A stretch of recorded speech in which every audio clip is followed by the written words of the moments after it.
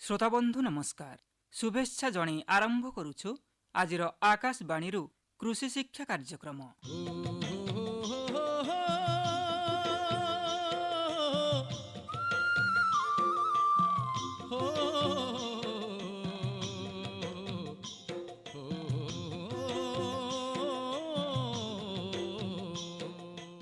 श्रोताबंधु आमर चाषी भाई माने चाषबास करिबा सहित प्राणी पालन करी ग्रामीण अर्थनीति को सुदृढ़ करिबारे साहाय्य करिथांती। गाँ गहलीर लोकमाने प्राणी पालन को सेमानंक जीवन जीविकार गोटे अंश भावे ग्रहण करिथांती। गाई बलद एवं महिषी पालन करिबा द्वारा जैविक खतर भरणा खूब सुरुखुरुरे हेई जाइथाए।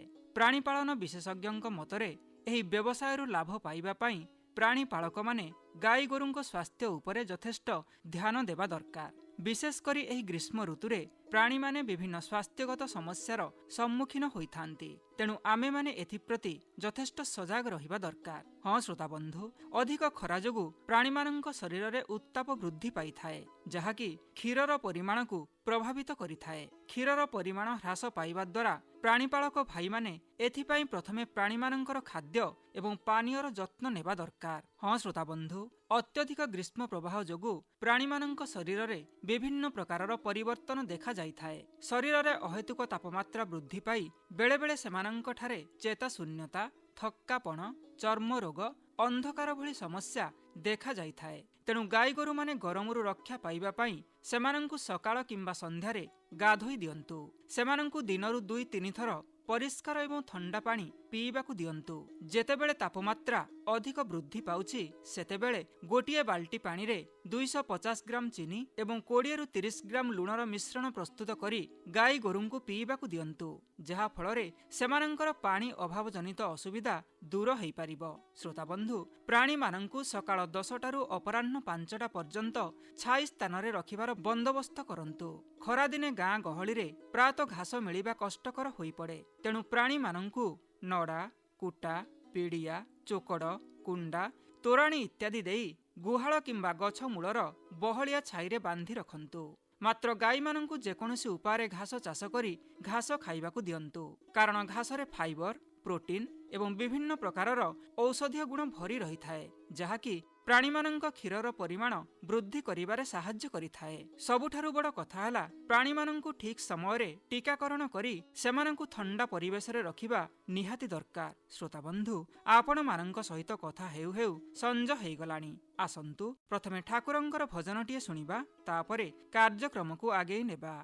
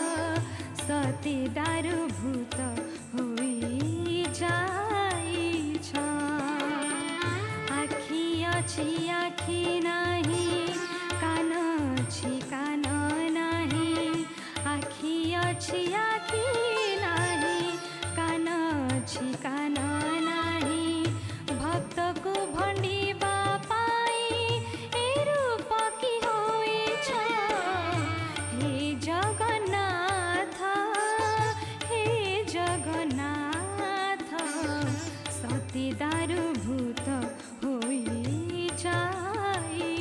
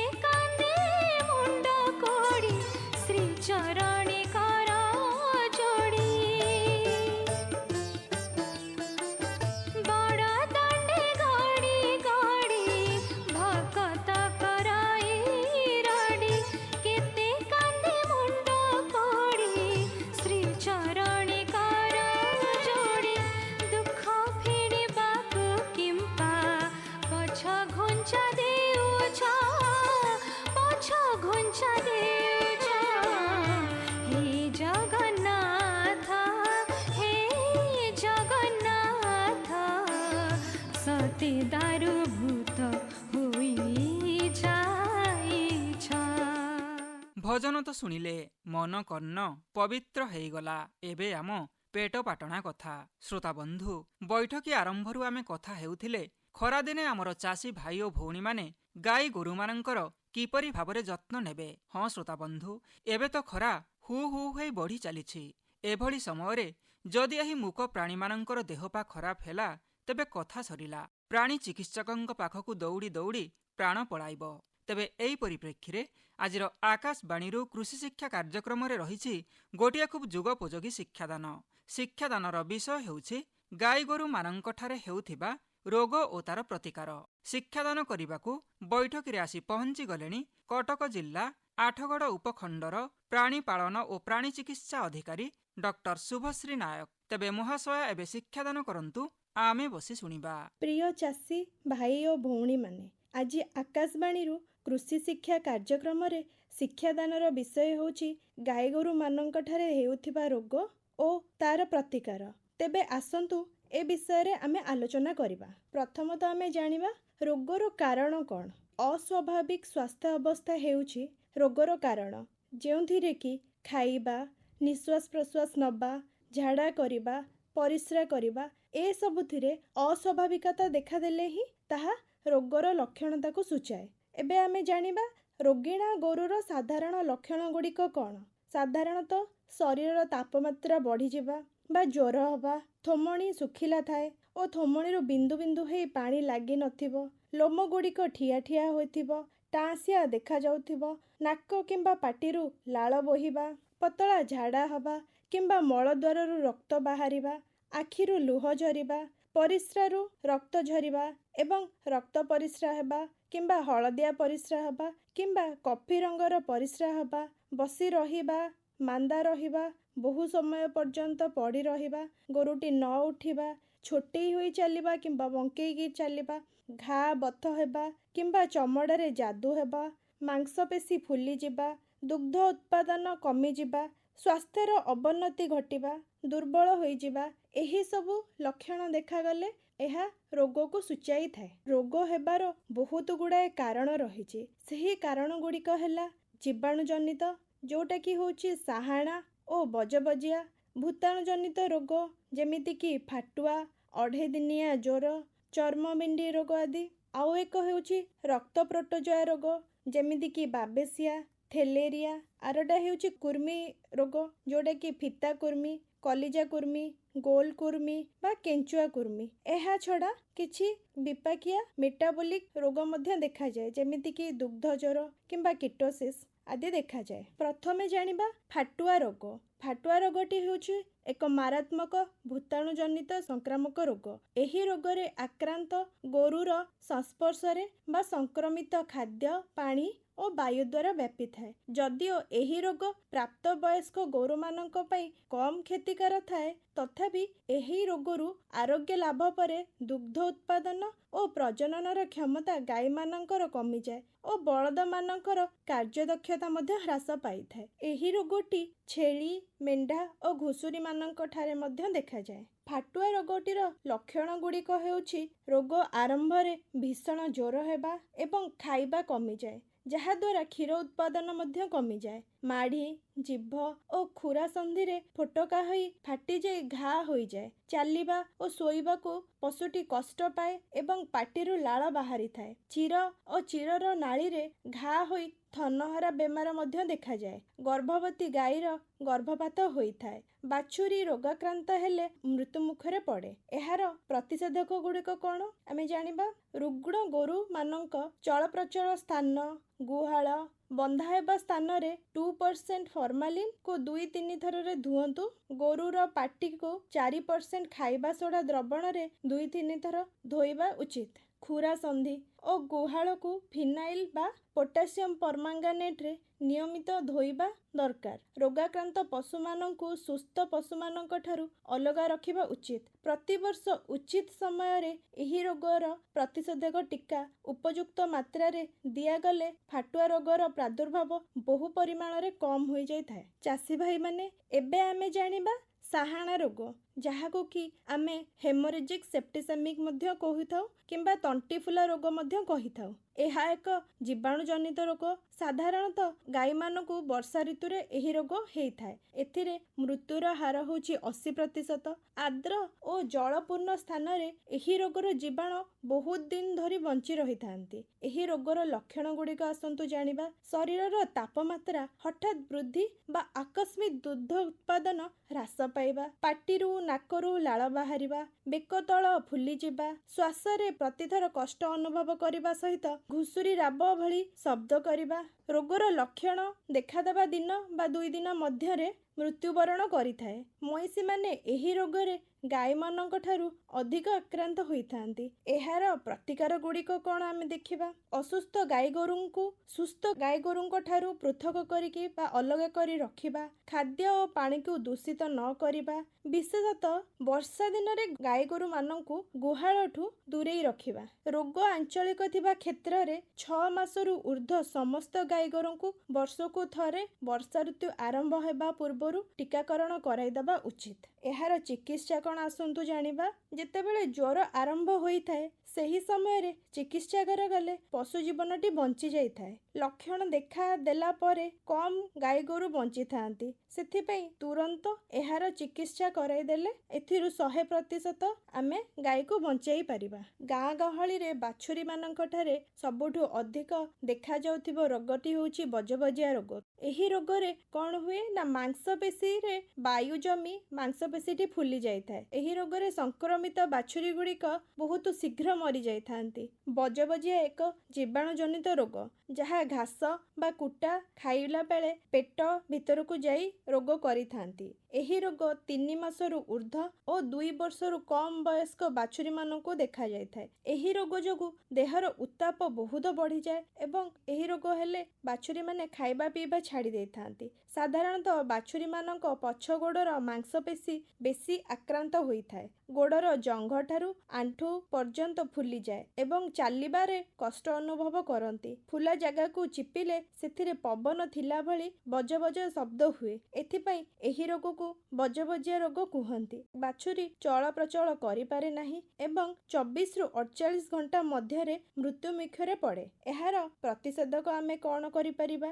ବର୍ଷା ଋତୁ ଆରମ୍ଭରୁ 2 ମାସ ପୂର୍ବରୁ ବାଛୁରୀମାନଙ୍କୁ ପ୍ରତିଷେଧକ ଟୀକା ଦେବା ଉଚିତ। ଥରେ ଟୀକା ଦେଲା ପରେ 1 ବର୍ଷ ପର୍ଯ୍ୟନ୍ତ ଏହି ରୋଗ ହୋଇନଥାଏ। ଲକ୍ଷଣ ଦେଖାଦେଲା ମାତ୍ରେ ହିଁ ବାଛୁରୀର ତୁରନ୍ତ ଚିକିତ୍ସା କରାଇ ଦିଅନ୍ତୁ। ଶ୍ରୋତାବନ୍ଧୁ, ଏବେ ଜାଣିବା ଆମେ ଗର୍ଭପାତ ରୋଗ ବା ବ୍ରୁସେଲୋସିସ୍। ଏହି ରୋଗର ଲକ୍ଷଣ ଗୁଡ଼ିକ ପ୍ରଥମେ ଆମେ ଜାଣିନେବା। ଏହି ରୋଗ ହେଲେ ଗାଈମାନଙ୍କ ଠାରେ ଗର୍ଭପାତ ହୋଇଥାଏ ଏବଂ ବାରମ୍ବାର ଗାଈଟି ଲେଉଟାଇଥାଏ। ବିଶେଷ କରି ଗର୍ଭ ଅବସ୍ଥାର ଶେଷ 3 ମାସ ବେଳକୁ ଏହି ରୋଗ ଦ୍ୱାରା ଗାଈମାନଙ୍କର ଗର୍ଭପାତ ହୋଇଥାଏ। ଗର୍ଭପାତ ପରେ ଫୁଲ ସହଜରେ ପଡ଼େ ନାହିଁ ଏବଂ ଜରାୟୁରେ ପଚି ଗାଈଟି ମୃତ୍ୟୁ ମୁଖରେ ପଡ଼େ। ଏହି ରୋଗରେ ଆକ୍ରାନ୍ତ ଗାଈମାନଙ୍କ ଦ୍ୱାରା ଗୋଟିଏ ଗୋଠରୁ ଆଉ ଗୋଟିଏ ଗୋଠ ଏବଂ ଅନ୍ୟ ଗାଈକୁ ଆକ୍ରାନ୍ତ କରିଥାଏ। ଏହି ରୋଗ ତୁରନ୍ତ ଚିକିତ୍ସା ନ କଲେ ଗାଈ ସବୁଦିନ ପାଇଁ ବନ୍ଧ୍ୟା ହୋଇଯାଇଥାଏ। ଏବେ ଆମେ ଜାଣିବା ଏହାର ପ୍ରତିଷେଧକ ଆମେ କ'ଣ ନେଇପାରିବା। ଏହି ରୋଗରୁ ରକ୍ଷା ପାଇବା ପାଇଁ 4ରୁ 8 ମାସ ମାଈ ବାଛୁରୀକୁ ଟୀକା ଦେବା ଉଚିତ। ଗର୍ଭପାତ ଭ୍ରୂଣ, ଫୁଲ ଏବଂ ତା ସଂସ୍ପର୍ଶରେ ଆସିଥିବା ସମସ୍ତ ବସ୍ତୁକୁ ଗଭୀର ଗାତ ଖୋଳି ଚୂନ ଦେଇ ପୋତିଦେବା ଦରକାର।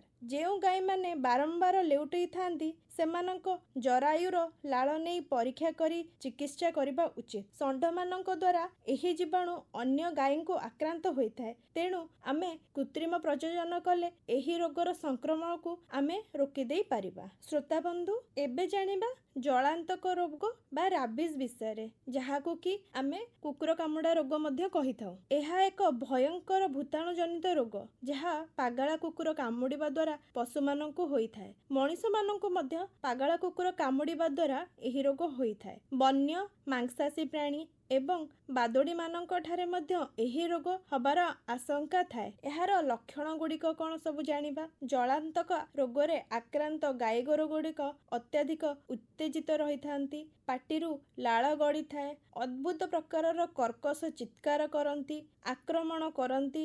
ଲକ୍ଷଣ ଦେଖାଇବାର 24ରୁ 48 ଘଣ୍ଟା ମଧ୍ୟରେ ପ୍ରାଣୀଟି ମରିଯାଇଥାଏ।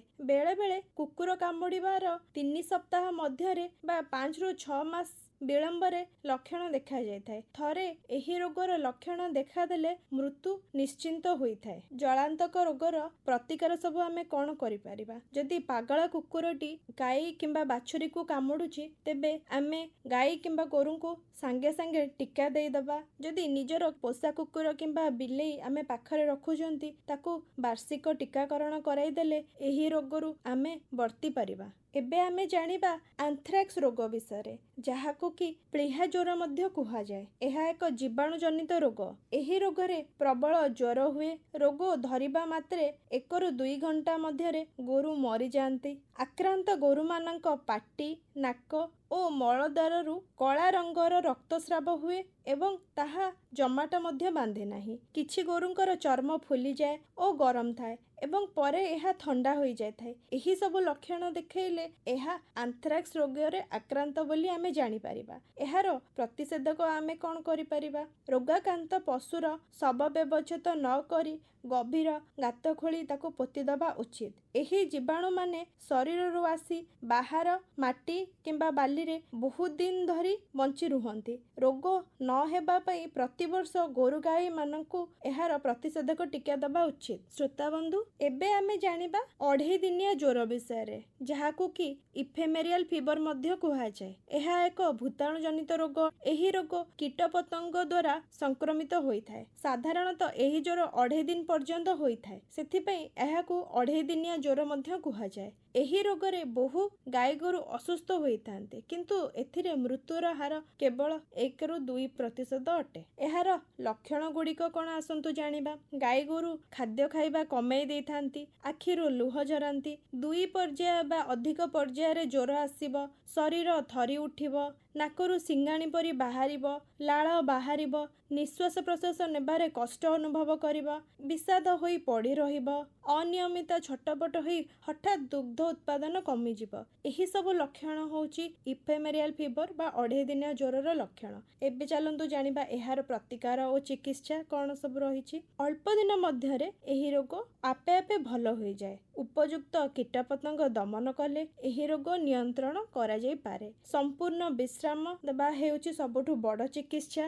ଆରୋଗ୍ୟ ଲାଭ କରୁଥିବା ପ୍ରାଣୀଙ୍କୁ ଅଧିକ କାମ ବା ଚାପଗ୍ରସ୍ତ କଲେ ଏହି ରୋଗଟି ଆଉଥରେ ମଧ୍ୟ ଦେଖାଯାଇଥାଏ। ଏହା ଲକ୍ଷଣ ଅନୁଯାୟୀ ଚିକିତ୍ସା କଲେ ଖୁବ୍ ଶୀଘ୍ର ଏହି ରୋଗକୁ ଆମେ ଭଲ କରାଇ ଦେଇ ପାରିବା। ଅଳ୍ପ କିଛି ବର୍ଷରେ ଆମ ଓଡ଼ିଶାରେ ଏକ ନୂଆ ରୋଗ ଦେଖାଯାଇଛି, ଯାହାକୁ କି ଆମେ ଚର୍ମ ବିଣ୍ଡି ରୋଗ ବା ଲମ୍ପି ସ୍କିନ୍ ଡିଜିଜ୍ କହୁଛେ। ଏହା ଏକ ଭୂତାଣୁ ଜନିତ ରୋଗ ଏବଂ ଏହା ଏକ ନୂଆ ରୋଗଟେ। ବର୍ତ୍ତମାନ ଭାରତରେ ଏହି ରୋଗର ପ୍ରାଦୁର୍ଭାବ ଅଧିକ ଦେଖିବା ପାଇଁ ମିଳୁଛି। ଗାଈଗୋରୁଙ୍କ ଠାରେ ଦେଖାଯାଉଥିବା ଟିଙ୍କ, ଉକୁଳି ମାଧ୍ୟମରେ ଏହି ରୋଗଟି ଗୋଟିଏ ଆକ୍ରାନ୍ତ ପଶୁଠାରୁ ସୁସ୍ଥ ପଶୁକୁ ସଂକ୍ରମିତ ହୁଏ। ସିଧାସଳଖ ସଂସ୍ପର୍ଶରେ ଆସିଲେ ଏହି ରୋଗ ଏତେଟା ବ୍ୟାପି ନଥାଏ, ବରଂ ଟିଙ୍କ ଓ ମଶା ଆଦିମାନଙ୍କ ଦ୍ୱାରା ଏହି ରୋଗ ଅଧିକ ମାତ୍ରାରେ ବ୍ୟାପିଥାଏ। ଆସନ୍ତୁ ଜାଣିବା ଏହାର ଲକ୍ଷଣ ଗୁଡ଼ିକ କଣ। ଆମର ଚର୍ମ ବିଣ୍ଡି ରୋଗ ହେଲେ ଗାଈକୁ ବହୁ ମାତ୍ରାରେ ଜ୍ୱର ହୋଇଥାଏ, ଗାଈର ଦୁଗ୍ଧ ଉତ୍ପାଦନ ବହୁତ କମି ଯାଇଥାଏ, ଚର୍ମ ତଳ ଥିବା ଲସିକା ଗ୍ରନ୍ଥି ବହୁ ଆକାରରେ ବଡ଼ ହୋଇଯାଏ, ନାକରୁ ପାଣି ବାହାରେ, ଆଖି ଲାଲ ପଡ଼ିଯାଏ, ପାଟିରୁ ଅତ୍ୟଧିକ ଲାଳ ବାହାରିଥାଏ। ଜ୍ୱର ହେବାର 48 ଘଣ୍ଟା ମଧ୍ୟରେ ଚର୍ମ ବିଣ୍ଡି ସମ୍ପୂର୍ଣ୍ଣ ଶରୀରରେ ଦେଖାଯାଇଥାଏ। ବିଣ୍ଡି ଗୁଡ଼ିକ ଗୋଲାକାର, ଚର୍ମ ଉପରକୁ ଉଠି ରହିଥିବା ଭଳି ଦେଖାଯାଏ। ଏହା ଚର୍ମ ତଳ ଥିବା ଟିସ୍ୟୁ ତଥା ମାଂସପେଶୀକୁ ମଧ୍ୟ ସାମିଲ କରିଥାଏ। ବଡ଼ ବିଣ୍ଡି ଗୁଡ଼ିକରେ ମୃତ କୋଷିକା ମିଳିଥାଏ। ଛୋଟ ବିଣ୍ଡି ହେଲେ ତାହା ଆପେ ଆପେ ଭଲ ହୋଇଯାଏ। ବିଣ୍ଡି ଗୁଡ଼ିକରେ ପୋକ ହେଲେ କିମ୍ବା ମ୍ୟାଗଟ୍ ହେବାର ମଧ୍ୟ ସମ୍ଭାବନା ଥାଏ। ପାଟି, ଖାଦ୍ୟନଳୀ, ଶ୍ୱାସନଳୀ ତଥା ଫୁସଫୁସରେ ଫୋଟକା ତଥା ଘା ହେବାର ମଧ୍ୟ ସମ୍ଭାବନା ଥାଏ। ଗର୍ଭବତୀ ଗାଈରେ ଗର୍ଭପାତ ମଧ୍ୟ ହୋଇଥାଏ। ଗାଈ ମଧ୍ୟ ବହୁତ ଦିନ ଯାଏ ଗରମକୁ ଆସିନଥାଏ। ଷଣ୍ଢମାନେ ଆଂଶିକ ବା ସମ୍ପୂର୍ଣ୍ଣ ଭାବେ ପ୍ରଜନନ ପାଇଁ ଅକ୍ଷମ ହୋଇଯାଇଥାନ୍ତି। ଏହାର ପ୍ରତିକାର ହେଉଛି ଟିଙ୍କ ତଥା କାମୁଡୁଥିବା କୀଟପତଙ୍ଗ ଉପଯୁକ୍ତ ଭାବେ ଦମନ କରିବା ଉଚିତ ଏବଂ ସଠିକ ସମୟରେ ଏହାର ଟୀକାକରଣ କରାଇ ନେବା ଉଚିତ। ଶ୍ରୋତାବନ୍ଧୁ, ଆସନ୍ତୁ ଏବେ ଆମେ ଜାଣିବା ଥନହରା ରୋଗ ବା ମାଷ୍ଟାଇଟିସ୍ ବିଷୟରେ। ଏହା ଏକ ସଂକ୍ରାମକ ରୋଗ, ଯାହାକି ଜୀବାଣୁ, ଭୂତାଣୁ ଏବଂ ଫିମ୍ପି ମାଧ୍ୟମରେ ଗାଈ ଓ ମଇଁଷିମାନଙ୍କ ଠାରେ ପହ୍ନାରୁ ପହ୍ନା ସଂକ୍ରମିତ ହୋଇଥାଏ। ଏହି ରୋଗ ପହ୍ନା ଚିର ଫୁଲିବା ଯାଏ ଟାଣ ଲାଗେ, ହାତ ମାରିଲେ ଗାଈକୁ ଯନ୍ତ୍ରଣା ଅନୁଭବ ହୁଏ, କ୍ଷୀର ଛିଣ୍ଡା ଛିଣ୍ଡା ଆସେ ଏବଂ ପହ୍ନାରୁ ରକ୍ତ ଏବଂ ପୂଜ ବାହାରେ। ବେଳେବେଳେ କ୍ଷୀରରେ ପାଣି ଭଳିଆ ପତଳା ମଧ୍ୟ ଆସେ। ଏହାର ପ୍ରତିଷେଧକ ଗୁଡ଼ିକ କ'ଣ ଆମେ କରିପାରିବା? ରୋଗାକ୍ରାନ୍ତ ଗାଈର ପ୍ରତି ଚିରରୁ କ୍ଷୀର ନେଇ ମୋଡିଫାଏଡ୍ କାଲିଫର୍ନିଆ ଥନହରା ଟେଷ୍ଟ କରି ରୋଗକୁ ଆଗରୁ ଜାଣି ନିଅନ୍ତୁ। ରୋଗ ଚିହ୍ନଟ ପରେ ଉପଯୁକ୍ତ ଚିକିତ୍ସା କରାଇ ନିଅନ୍ତୁ। ଗୁହାଳକୁ ପରିଷ୍କାର ରଖନ୍ତୁ, ସଫା ହାତରେ କ୍ଷୀର ଦିଅନ୍ତୁ, ଚିରକୁ ଭଲ ଭାବରେ ସଫା ରଖନ୍ତୁ ଏବଂ ଗାଈ ପହ୍ନାକୁ ବେଟାଡିନ୍ ଜାତୀୟ ଔଷଧ ଦ୍ରବଣରେ ସଫା କରନ୍ତୁ। ଏହି ରୋଗ ଅନେକ ମାତ୍ରାରେ ନିୟନ୍ତ୍ରିତ ହୋଇପାରେ। ଏହାପରେ ଆମେ ଜାଣିବା ଦୁଗ୍ଧ ଜ୍ୱର ବିଷୟରେ, ଯାହାକୁ କି ମିଲ୍କ ଫିଭର କୁହାଯାଏ। ଏହାର ଲକ୍ଷଣ ଗୁଡ଼ିକ କ'ଣ? ଏହା ସାଧାରଣତଃ ଶଙ୍କର ଜାତୀୟ ଗାଈ ବା ଅଧିକ କ୍ଷୀର ଦେଉଥିବା ଗାଈମାନଙ୍କ ଠାରେ ହୋଇଥାଏ। ଗାଈମାନେ ଛୁଆ ଜନ୍ମ କଲା ପରେ ଏହି ଦୁଗ୍ଧ ଜ୍ୱର ହୋଇଥାଏ। ଏହା ଗାଈମାନଙ୍କ ରକ୍ତରେ କ୍ୟାଲସିୟମର ଅଭାବ ପାଇଁ ହୋଇଥାଏ। ଏଥିରେ ଗାଈର ମାଂସପେଶୀ ଦୁର୍ବଳ ହୋଇଯାଏ, ଢଳ ଢଳ ହୋଇ ଚାଲେ, ଚାଲିବାକୁ ଇଚ୍ଛା ପ୍ରକାଶ କରେ ନାହିଁ, ପଡ଼ି ରୁହେ। ଏହି ଦୁଗ୍ଧ ଜ୍ୱରରେ ଅନ୍ୟାନ୍ୟ ଜ୍ୱର ଭଳି ତାପମାତ୍ରା ବଢ଼େ ନାହିଁ, ମାତ୍ର ଶରୀର ତାପମାତ୍ରା କମ୍ ଥାଏ ଏବଂ ଚମଡ଼ା ଥଣ୍ଡା ଲାଗେ। ଗାଈ ତାର ମୁଣ୍ଡ ଗୋଟେ ପାଖ ରଖି ଭୂଇଁରେ ପଡ଼ି ରୁହେ। ଉପଯୁକ୍ତ ଚିକିତ୍ସା ଅଭାବରେ ଗାଈଟି ମୃତ୍ୟୁବରଣ କରେ। ଏବେ ଚାଲନ୍ତୁ ଜାଣିବା ଆମର ଦୁଗ୍ଧ ଜ୍ୱରର ପ୍ରତିଷେଧକ ଆମେ ସବୁ କ'ଣ ନେଇପାରିବା। ଚିକିତ୍ସା ପାଇଁ 20% କ୍ୟାଲସିୟମକୁ 500 ml ଆମେ ଗାଈର ଶିରାରେ ଦେଇପାରିବା। ଦରକାର ପଡ଼ିଲେ କ୍ୟାଲସିୟମର ଦ୍ୱିତୀୟ ଏବଂ ତୃତୀୟ ମାତ୍ରା ଇଞ୍ଜେକ୍ସନରେ ମଧ୍ୟ ଦେଇପାରିବା। ଅଧିକ ଦୁଗ୍ଧ ଦେଉଥିବା ଗାଈକୁ ଆମେ କ୍ୟାଲସିୟମ ଲିକ୍ୱିଡ ବା ସିରପ ଖୁଆଇ ପାରିବା। 50 ଗ୍ରାମ ସକାଳେ, 50 ଗ୍ରାମ ସନ୍ଧ୍ୟାବେଳେ 2 ବେଳା କରିକି ଖୁଆଇଲେ ଆମେ ଦୁଗ୍ଧ ଜ୍ୱରରୁ ଗାଈଟିକୁ ରକ୍ଷା କରିପାରିବା। ଶ୍ରୋତାବନ୍ଧୁ, ଏବେ ଓଡ଼ିଶାରେ ଗ୍ରୀଷ୍ମର ପ୍ରଭାବ ବହୁତ ବଢ଼ିଯାଇଛି, ଯାହାର ପ୍ରଭାବ ଆମର ଗାଈ ଗୋରୁଙ୍କ ଠାରେ ମଧ୍ୟ ବହୁତ ଦେଖାଯାଉଛି। ଏଥିରେ ଅଂଶୁଘାତ ହେବାର ସମ୍ଭାବନା ମଧ୍ୟ ବଢ଼ିଯାଇଛି। ସେଥିପାଇଁ ଆମେ ଗାଈ ଗୋରୁମାନଙ୍କୁ ପ୍ରଚୁର ପାଣି ଦେବା ଉଚିତ, ତାଙ୍କୁ ଛାଇ ଜାଗାରେ ରଖିବା ଉଚିତ। ପଶୁଟି ଉପରେ ଘଣ୍ଟାକୁ ଅତି କମରେ 3 ଥର ପାଣି ଛିଞ୍ଚିବା ବ୍ୟବସ୍ଥା କରିବା ଉଚିତ। ଗୁହାଳ ମଧ୍ୟରେ ପବନ ଚଳାଚଳର ବ୍ୟବସ୍ଥା କରିବା ଦରକାର। ପଶୁମାନଙ୍କୁ ସନ୍ଧ୍ୟା, ସକାଳ ଏବଂ ରାତିରେ ଖାଇବାକୁ ଦେବା ଉଚିତ। ଚରିବାକୁ ସକାଳ ବା ସନ୍ଧ୍ୟା ସମୟରେ ଛାଡ଼ିବା ଦରକାର। ଖାଦ୍ୟରେ ପରିବର୍ତ୍ତନ ନ କରି ପୋଟାସିୟମ ଥିବା ଧାତବ ଲବଣ ମିଶାଇ ଖାଇବାକୁ ଦେବା ଉଚିତ। ଯଦି ଗାଈଗୋରୁମାନଙ୍କର ଏହି ରୋଗ ସମ୍ପର୍କିତ କୌଣସି ଅସୁବିଧା ଦେଖାଯାଏ, ତାହେଲେ ଆପଣମାନେ ନିକଟସ୍ଥ ପ୍ରାଣୀ ଚିକିତ୍ସା ଅଧିକାରୀଙ୍କ ସହ ଯୋଗାଯୋଗ କରନ୍ତୁ। ମହାଶୟ ଖୁବ୍ ସହଜ, ସରଳ ଏବଂ ସୁନ୍ଦର ଭାବରେ ଶିକ୍ଷାଦାନ କଲେ। ଶିକ୍ଷାଦାନରୁ ଆପଣମାନେ କ'ଣ ବୁଝିଲେ ପରୀକ୍ଷା କରିବା ପାଇଁ ମହାଶୟ ଏବେ ପ୍ରଶ୍ନ 3ଟି ଡାକି ଦେଉଛନ୍ତି। ଟିପିକି ରଖନ୍ତୁ। ପ୍ରଥମ ପ୍ରଶ୍ନଟି ହେଉଛି, ଦିନର କେଉଁ ସମୟରେ ଟୀକାକରଣ କରିବା ଦରକାର? ଆଉ ଥରେ ଶୁଣି ନିଅନ୍ତୁ। ଦିନର କେଉଁ ସମୟରେ ଟୀକାକରଣ କରାଇବା ଦରକାର? ଏବେ ଆସିବା ଆମର ଦ୍ୱିତୀୟ ପ୍ରଶ୍ନଟିକୁ। ଫାଟୁଆ ଟୀକା ବର୍ଷକୁ କେତେ ଥର ଦିଆଯାଏ? ଆଉ ଥରେ ଶୁଣି ନିଅନ୍ତୁ। ଫାଟୁଆ ଟୀକାଟି ବର୍ଷକୁ କେତେ ଥର ଦିଆଯାଏ? ଏବେ ତୃତୀୟ ପ୍ରଶ୍ନ। ଥନହରାରେ ଆକ୍ରାନ୍ତ ଗାଈର କ୍ଷୀରକୁ ଖାଇବା ଉଚିତ ନା ଅନୁଚିତ? ଆଉ ଥରେ ଶୁଣି ନିଅନ୍ତୁ। ଥନହରାରେ ଆକ୍ରାନ୍ତ ଗାଈର କ୍ଷୀରକୁ ଖାଇବା ଉଚିତ ନା ଅନୁଚିତ? ପ୍ରଶ୍ନ 3ଟି ତ ଲେଖି ସାରିବେଣି। ଏବେ ଆଉ ଡେରି ନ କରି ଏହାର ଠିକ୍ ଉତ୍ତର ଲେଖି ଆମ ପାଖକୁ 7 ଦିନ ମଧ୍ୟରେ ଚିଠି ପଠାନ୍ତୁ। ଆମର ଠିକଣା ହେଲା ଆକାଶବାଣୀରୁ କୃଷି ଶିକ୍ଷା କାର୍ଯ୍ୟକ୍ରମ ମାର୍ଫତ କେନ୍ଦ୍ର ନିର୍ଦ୍ଦେଶକ, ଆକାଶବାଣୀ କଟକ, ପିନ୍ 753001। ଶ୍ରୋତାବନ୍ଧୁ, ଗତ 7 ତାରିଖ ଆକାଶବାଣୀରୁ କୃଷି ଶିକ୍ଷା କାର୍ଯ୍ୟକ୍ରମରେ ଶିକ୍ଷାଦାନର ବିଷୟ ଥିଲା ଚାଷବାସ ଏବଂ ଆମର ସ୍ୱାସ୍ଥ୍ୟ। ଶିକ୍ଷାଦାନ କରିଥିଲେ ରମେଶ ଚନ୍ଦ୍ର ଦାସ। ଶିକ୍ଷାଦାନ ଶେଷରେ ମହାଶୟ ଯେଉଁ ପ୍ରଶ୍ନ 3ଟି ଡାକି ଦେଇଥିଲେ, ତାର ଠିକ୍ ଉତ୍ତର ଏବେ କହି ରଖୁଛନ୍ତି। ପ୍ରଥମ ପ୍ରଶ୍ନ ଥିଲା, ଆମ ଚାଷବାସ କହିଲେ ବିଭିନ୍ନ ପ୍ରକାରର ଚାଷ ଅଛି, ସେଥିମଧ୍ୟରୁ ଅତି କମରେ 3ଟି ଚାଷର ଉଦାହରଣ ଦିଅନ୍ତୁ। ଏହାର ଠିକ୍ ଉତ୍ତର ହେଉଛି ଶସ୍ୟ ଜାତୀୟ ଫସଲ ଚାଷ, ଡାଲି ଜାତୀୟ ଫସଲ ଚାଷ, ତୈଳବୀଜ ଜାତୀୟ ଫସଲ ଚାଷ ପ୍ରଭୃତି। ଦ୍ୱିତୀୟ ପ୍ରଶ୍ନ ଥିଲା, ଆମ ଚାଷବାସ ବେଳେ କ୍ଷେତରେ ଅଧିକ ଜଳସେଚନ କରିବା ଫଳରେ ବଳକା ପାଣି ଜମି ରହି ମଶା ଓ ପୋକଙ୍କ ବଂଶବୃଦ୍ଧି ହୁଏ ଓ ଆମ ଶରୀରରେ ରୋଗବାହକ ରୂପେ ବିଭିନ୍ନ ରୋଗ ସୃଷ୍ଟି କରନ୍ତି। ସେହି ରୋଗମାନଙ୍କ ମଧ୍ୟରୁ ଗୋଟିଏର ନାମ କୁହନ୍ତୁ। ଏହାର ଠିକ୍ ଉତ୍ତର ହେଉଛି ମ୍ୟାଲେରିଆ, ଡେଙ୍ଗୁ, ତୃତୀୟ ପ୍ରଶ୍ନ ଥିଲା ଆମ ଚାଷବାସରେ କି ପ୍ରକାରର ପଦକ୍ଷେପ ଗ୍ରହଣ କଲେ ଆମର ସ୍ୱାସ୍ଥ୍ୟ ଓ ପରିବେଶ ଉପରେ ନକାରାତ୍ମକ ପ୍ରଭାବ ପଡ଼ିବ ନାହିଁ, ଗୋଟିଏ ଉଦାହରଣ ଦିଅନ୍ତୁ। ଏହାର ଠିକ୍ ଉତ୍ତର ହେଉଛି ଜୈବିକ ଉପାୟରେ ଚାଷବାସ କରିବା, ସମନ୍ୱିତ ଭାବରେ ରୋଗପୋକ ପରିଚାଳନା କରିବା। ଯେଉଁ ଶ୍ରୋତା ଭାଇ ଓ ଭଉଣୀମାନେ ଠିକ୍ ଉତ୍ତର ଲେଖି ଆମ ପାଖକୁ ଚିଠି ଲେଖିଛନ୍ତି ସେମାନେ ହେଲେ ପ୍ରଫୁଲ୍ଲ କୁମାର ପଣ୍ଡା, ଗ୍ରାମ ମିଟୁଆଣୀ, ପୋଷ୍ଟ ବାରବାଟୀ, ଭାୟା ଖଣ୍ଡପଡ଼ା, ଜିଲ୍ଲା ନୟାଗଡ଼। ଆପଣ ହେଲେ ଟୁନିଆ ବେହେରା, ଅରାଙ୍ଗ, କୁମାରବସ୍ତ, ଖୋର୍ଦ୍ଧା ଏବଂ ଆପଣ ହେଲେ ଅଞ୍ଜୁ ଦାସ, ପାରେଶ୍ୱର ସାହି, ଷ୍ଟେସନ ବଜାର, କଟକ। ଯାହା ହେଉ ଶ୍ରୋତାବନ୍ଧୁ, ଆପଣମାନେ ଠିକ୍ ଉତ୍ତର ଲେଖି ଆମ ପାଖକୁ ଚିଠି ପଠାଉଥିବାରୁ ଆପଣମାନଙ୍କୁ କୃଷି ଶିକ୍ଷା ପରିବାର ତରଫରୁ ଅନେକ ଅନେକ ଧନ୍ୟବାଦ।